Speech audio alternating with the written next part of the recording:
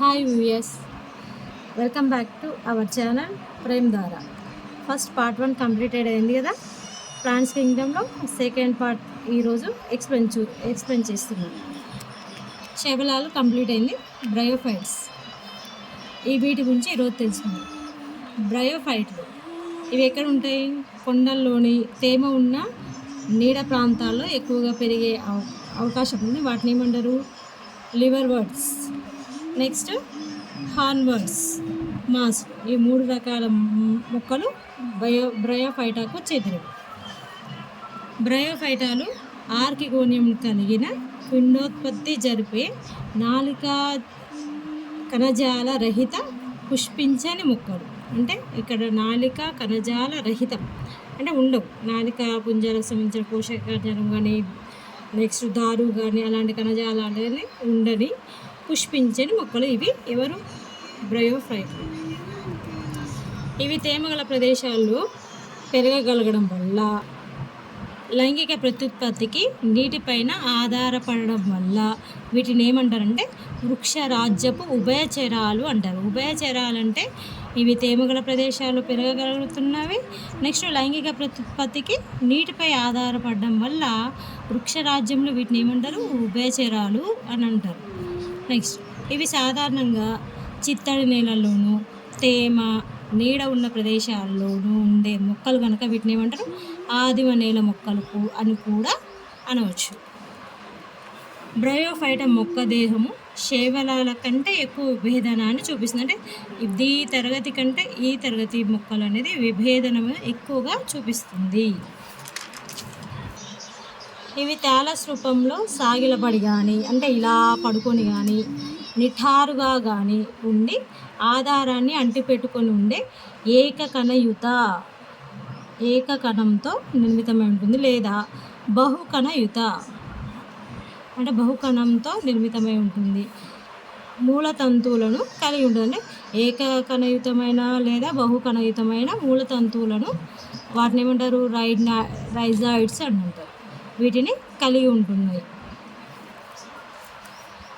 వీటి నిజమైన వేరు, కాండం, పత్రాలు అనేవి ఉండవు. అంటే మొత్తం టోటల్గా ఉండే భాగాన్ని కూడా థాలస్. మాస్ మొక్కలను వేరు లాంటి మూలతంతువులు, పత్రం లాంటి ఫిల్లాయిడ్స్, కాండం లాంటి కాలాయిడ్స్ ఉంటాయి. అంటే ఇక్కడ మాస్ మొక్కలు అంటే ఏంటివి? బ్రయోఫైటాస్. వీటిలో వేరు లాంటి మూలతంతువులు అంటే వేరులాగా ఉంటాయి, కానీ అవి వేరు కాదు. అంటే మూలతంతువులాగా ఉంటాయి, అంటే వేరులాగా విభేదనం చెంది ఉంటాయి, కానీ వేరు కాదు. నెక్స్ట్ పత్రం లాంటి ఫిల్లాయిడ్స్. పత్రాల్లాగా ఉంటాయి కానీ పత్రాలు కావు. ఫిల్లాయిడ్స్ లాగా ఉంటాయి. అంటే పత్రాభాలలాగా. అంటే పత్రాలు ఎటువంటి పని చేస్తాయో, కిరణజన్య సంయోగ జరుపుతాయో అలాగా ఇవి కూడా చేస్తాయి, కానీ పత్రాలు కావు. కాండం లాంటి కాలాయిడ్స్. కాండాభాలను అంటే కాండంలాగా ఉంటుంది, కానీ కాండం కాదు. ఇలా ఉంటాయి. ఈ మొక్కల శరీరము మృదు కణజాలాన్ని కలిగి ఉంటుంది. అంటే ఎలా ఉంటుందనే శరీరం అనేది మృదువుగా ఉంటుంది. నెక్స్ట్ బ్రయోఫైట్స్ మొక్కల ప్రధాన దేహము ఏకస్థితికం. అంటే వాటి యొక్క మొక్కల యొక్క ప్రధాన దేహం ఉంటుంది, అది ఎలా ఉంటుందంటే ఏకస్థితికంగా ఉంటుంది. ఇది సంయోగ బీజాలను ఉత్పత్తి చేస్తుంది. వేడిని ఉత్పత్తి చేస్తుంది. మొక్కల యొక్క దేహము సంయోగ బీజాలను ఉత్పత్తి చేస్తుంది కనుక సంయోగ బీజదం అంటారు. అంటే సంయోగ బీజాలను ఉత్పత్తి చేయడం వల్ల దీన్ని ఏమంటారు అంటే సంయోగ బీజదం అంటారు. అంటే గ్యామిటోఫైట్స్ అని కూడా అనవచ్చు. వీటిలో లైంగిక అవయవాలు బహుకణయుతంగా కంచుకాన్ని, వృత్తాన్ని కలిగి ఉంటాయి. అంటే ఇక్కడ లైంగిక అవయవాలు అంటే లైంగిక ప్రత్యుత్పత్తి జరిపే అవయవాలు ఎలా ఉంటాయి? బహుకణయుతంగా ఉంటాయి. నెక్స్ట్ కంచుకాన్ని కలిగి ఉండి వృంతాన్ని కూడా కలిగి ఉంటాయి. పురుష బీజాశయాన్ని ఆంతరీడియం అంటారు. దీంట్లో ఏది? బ్రయోఫైటాలో పురుష బీజాశయాన్ని ఏమంటారంటే ఆంతరీడియం అని అంటారు. ఇవి ద్వికశాభయుత చలన పురుష బీజాలను ఉత్పత్తి చేస్తాయి. అంటే ద్వికశాభం అంటే కశాభాలు 2 ఉంటాయి. ఈ కశాభాల వలన లాభం ఏంటిది? చలించడానికి ఉపయోగపడతాయి. చలన పురుష బీజాలను ఉత్పత్తి చేస్తాయి. ఏవి ఈ పురుష బీజాశయంని అంతరీయం అంటే ఇవేం చేసే దేనికి ఉపయోగపడతాయి? ద్వికషాభూత చలన పురుష బీజాలను ఉత్పత్తి చేస్తుంది. ఆర్కిగోనియం అనబడే స్త్రీ బీజాశయము పూజా ఆకారం ఇలా ఉండి ఇలా ఉంటుంది. పూజా ఆకారంలో ఉండి ఒకే ఒక అండకణాన్ని ఉత్పత్తి చేస్తుంది. ఇది ఎన్ని అండాన్ని ఉత్పత్తి చేస్తుందంటే ఒకే అండకణాన్ని ఉత్పత్తి చేస్తుంది. దీన్ని ఏమంటారు? ఆర్కిగోనియం అంటారు. నెక్స్ట్ పురుష బీజాశయం ఏమంటారు? ఆంతరేడియం అంటారు. నెక్స్ట్ చలన పురుష బీజాలు నీటిలో విడుదలయ్యి చలన పురుష బీజాలు ఎక్కడ విడుదలవుతాయి? నీటిలో విడుదలై స్త్రీ బీజాశయాన్ని చేరుతుంది. ఒక చలన పురుష బీజకణం ఒక స్త్రీ బీజకణంతో సంయోగం చెంది సంయోగ బీజదాన్ని ఏర్పరుస్తుంది, జైగోట్ను ఏర్పరుస్తుంది అనమాట. అంటే ఒక చలన పురుష బీజదం అనేది నీటి ద్వారా చలిస్తూ స్త్రీ బీజకణంలో సంయోగం చెంది సంయోగ బీజదాన్ని ఏర్పరుస్తుంది. ఈ రకమైన సంయోగాన్ని ఏమంటారు? జైడోగమి అంటారు. అంటే జైడోగమి అంటే ఏమవుతుంది? ఈ యొక్క చలన పురుష బీజాలు నీటిలో విడుదలై అవి ఏమవుతాయి? స్త్రీ బీజాశయం చేరి సంయోగం చెంది సంయోగ బీజదాన్ని ఏర్పరుస్తుంది. ఇలా ఏర్పరచడాన్ని ఏమంటారు? జైడోగమి అంటారు. వెంటనే ఇది క్షేకరణ విభజన చెందదు. అవి బహుకణ నిర్మితమైన సిద్ధ బీజదాన్ని ఏర్పరుస్తుంది. అంటే ఇవి క్షేకరణ చెంది సంయోగ బీజాన్ని ఏర్పరచదు. ఏం చేస్తుంది? బహుకణ నిర్మితమైన సిద్ధ బీజదాన్ని ఏర్పరుస్తుంది. చూడండి ఇక్కడ పిక్చర్స్ చూడండి.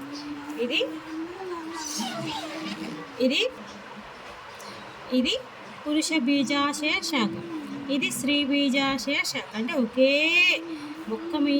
మొక్క యొక్క దేహంలో వివిధ భాగాల్లో ఉంటుంది.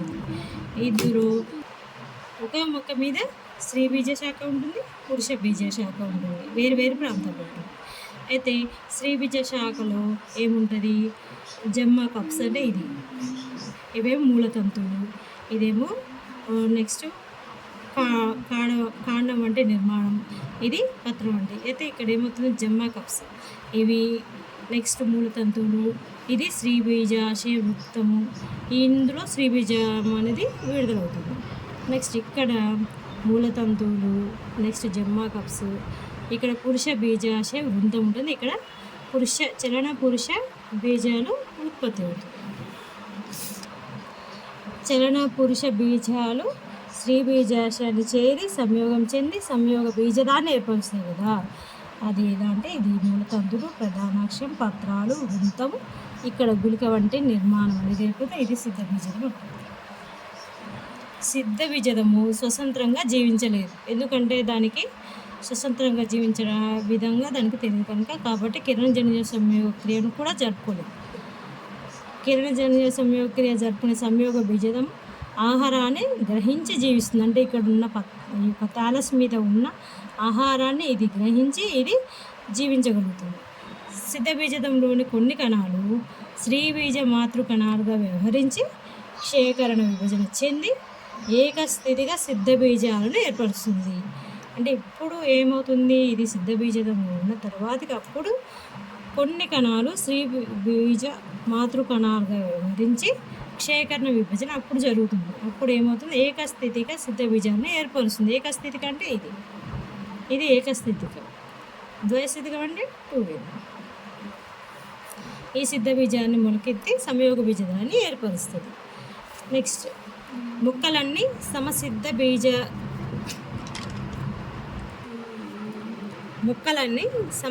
బీజ స్థితిని కలిగి ఉంటాయి. అంటే మొక్కలన్నీ ఎలా ఉంటాయి? సమాన సిద్ధ బీజాలు కలిగి ఉంటాయి. వీటిని హోమోస్పోర్స్ అంటారు. కాబట్టి బ్రయోఫైటలు భిన్న రూప ఏకాంతర జీవిత దశలను ప్రదర్శిస్తాయి. అంటే ఒక సిద్ధ బీజదం తర్వాతకి సంయోగ బీజదం, ఇలా ఒకదాని తర్వాత ఒకటి అంటే భిన్న రూప ఏకాంతర జీవిత దశలను ప్రదర్శిస్తాయి. ఏకద్వయస్థితిక జీవిత చక్రం అంటారు. అందువల్ల దీన్ని ఏమంటారు? ఏకద్వయస్థితిక జీవిత చక్రం అంటారు. ఏకవుతుంది ద్వైస్థికంగా కూడా అది విభజన చెందుతుంది, ద్వైస్థితికంగా మారుతుంది. ఇవి సాధారణంగా తక్కువ ఆరోగ్యం కలిగి ఉంటాయి. అంటే శీలాల కంటే వీటి అది తోడుంది. కొన్ని మాంసకరులు శాకాహారులైన క్షీరదాలకు, పక్షులకు, ఇతర జీవులకు ఆహారం ఉపయోగపడతాయి.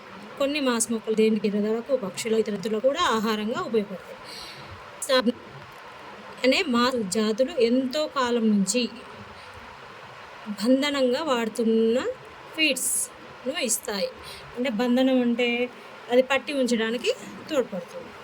మాంస మొక్కలు లైకెన్లతో కలిసి బండరాలపై సహ నివేశనానికి తోడ్పడే మొట్టమొదటి జీవులు. అంటే సహజీవనం అంటే వీటికి కావాల్సిన ఆహార పదార్థాలు అవి ఇవ్వడము, వాటికి కావాల్సిన ఉండడానికి ఆవాసాన్ని పొందుతాయి. ఇలా సహజీవనం గడుపుతాయి. అందువల్ల వీటికి చాలా పర్యావరణ ప్రాముఖ్యత ఉంటుంది. మాంస మొక్కలు మృత్తిక యొక్క ఉపరితలం పైన ఒక మందమైన చాప వంటి నిర్మాణంగా ఏర్పడి వాని ప్రభావాన్ని తగ్గించి మృత్తిక యొక్క క్రమక్షయాన్ని నివారిస్తాయి. అంటే మృత్తిక అంటే నేల యొక్క పై పొర అనేది కొట్టుకుపోకుండా, అంటే వరదలు వానలు వచ్చినప్పుడు అది ఏమవుతుంది, పై పొర అనేది నీటిలో కొట్టుకుపోతుంది. అలా కొట్టిపోకుండా ఆ యొక్క నేల యొక్క మృత్తిక యొక్క పై పొరను ఇలా గట్టిగా పట్టి ఉంచడానికి ఒక చాప అంటే ఒక మందమైన చాప వంటి నిర్మాణంలాగా ఏర్పడి మృత్తిక యొక్క క్రమక్షయాన్ని నివారించడానికి కూడా ఈ మాంస మొక్కలు ఉపయోగపడతాయి.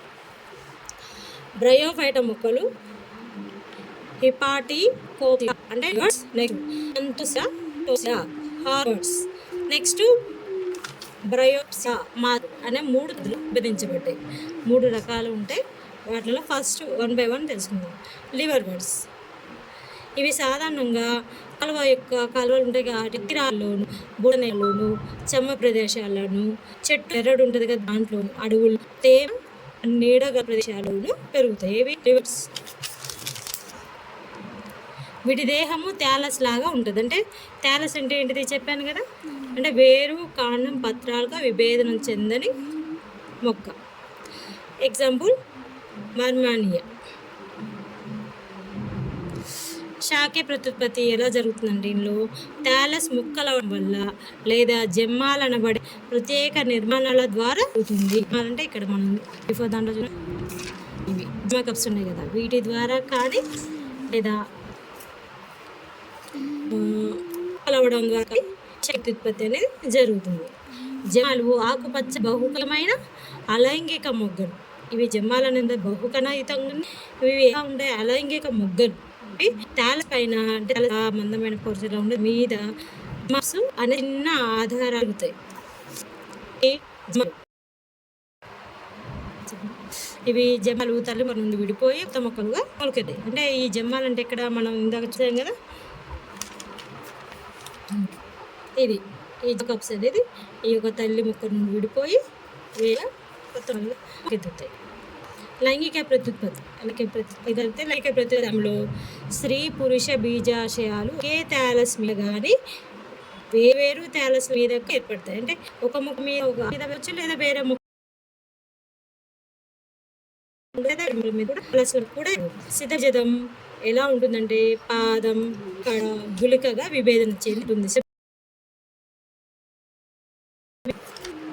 ఇలా పాదం ఇది గుళ, ఇది ఇది కాడ, ఇది. ఎగ్జాంపుల్ మార్కషియా లాంటి కొన్ని జాతులు గుళికలో ఇలేటర్లు ఏర్పడి సిద్ధబీజాల వ్యాప్తికి సహాయపడే ఏంటిది ఇలేటర్స్. సిద్ధబీజాలు మొలకెత్తి స్వతంత్ర జీవనం గడిపే సంయోగ బీజదాలను ఏర్పరుస్తాయి. ఈ సిద్ధబీజం ఏం చేస్తుంది, స్వతంత్రంగా జీవనం గడిపే సంయోగ బీజదాలను ఏర్పరుస్తాయి. నెక్స్ట్ హార్న్వర్డ్స్. ఆంథోసిరాస్ లాంటి హార్న్వర్డ్స్ మొక్క దేహము థైలాయిడ్గా ఉండి రైడ్జాయిడ్లను కలిగి ఉంటుంది. థాలాయిడ్స్ అంటే ఎలా ఉంటుంది, దాని మీద ఇవి అనేది ఉత్పత్తి అవుతుంది సిద్ధబీజాలు. ఈ సిద్ధబీజదాలు పొడవైన కొమ్మల్లాగా ఉంటాయి, కొమ్మలుగా ఉంటాయి. నెక్స్ట్ థర్డ్ది మాస్ మొక్కలు ముక్కలవడం వల్ల, జమ్మాలను ఏర్పరచడం వల్ల ద్వితీయ ప్రథమ తంతువులోని మొగ్గల ద్వారా శాఖీయోత్పత్తి జరుగుతుంది. ఈ 3 విధానాల ద్వారా శాఖీయోత్పత్తి జరుగుతుంది. ఇలా ముక్కలవడం వల్ల, జమ్మాలు ఏర్పడడం వల్ల, ద్వితీయ ప్రథమ తంతువులోని మొగ్గల ద్వారా కూడా శాఖీయోత్పత్తి అనేది జరుగుతుంది. లైంగిక ప్రత్యుత్పత్తిలో లైంగిక అవయవాలైన అంతరీడియం, ఆర్కిగోనియంలు బహుకణయుతంగా, ఏకశ్రేణియుతంగా వంద్య సహతంతువులతో కలిసి సంయోగ బీజదం యొక్క అగ్రభాగంలో ఏర్పడతాయి. అంటే ఇక్కడ ఎలా ఉంది, బహుకణయుత, దాని చుట్టూ ఎలా ఉంటాయి, బహుకణాలు, ఎక్కువ కణాలు అనేది ఉంటాయి, బహుకణాలు. ఏకశ్రేణియుత అంటే ఒకే శ్రేణిలో ఉంటాయి ఇవి. వంద్య సహతంతువులతో కలిసి సంయోగ బీజదం యొక్క అగ్రభాగంలో ఏర్పడతాయి. తర్వాత సంయుక్త బీజదం పాదం, కాడ, గుళిక కలిగిన సిద్ధ బీజదంగా అభివృద్ధి చెందుతుంది. సిద్ధ బీజాల విడుదలకు తోడ్పడే పరిముఖ దంతాలు ఉంటాయి. అంటే ఈ సిద్ధ బీజాలు అందులో ఏర్పడినప్పుడు అవి విడుదలకు తోడ్పడేయండి పరిముఖ దంతాలు. మాస్ మొక్కల్లో సాధారణంగా ప్యూనేరియా, పాలిట్రైకమ్ మరియు స్మాగ్నమ్ ఇవి ఎగ్జాంపుల్స్, మాస్ మొక్కలకు ఎగ్జాంపుల్స్. Okay, thank you. ఈ యొక్క లెసన్ మీకు నచ్చినట్టయితే లైక్ చేయండి, సపోర్ట్ చేయండి, సబ్స్క్రైబ్ మాత్రం తప్పకుండా చేసుకోండి. పార్ట్ 3తో మళ్ళీ మీ ముందు ఉంటాం. బాయ్.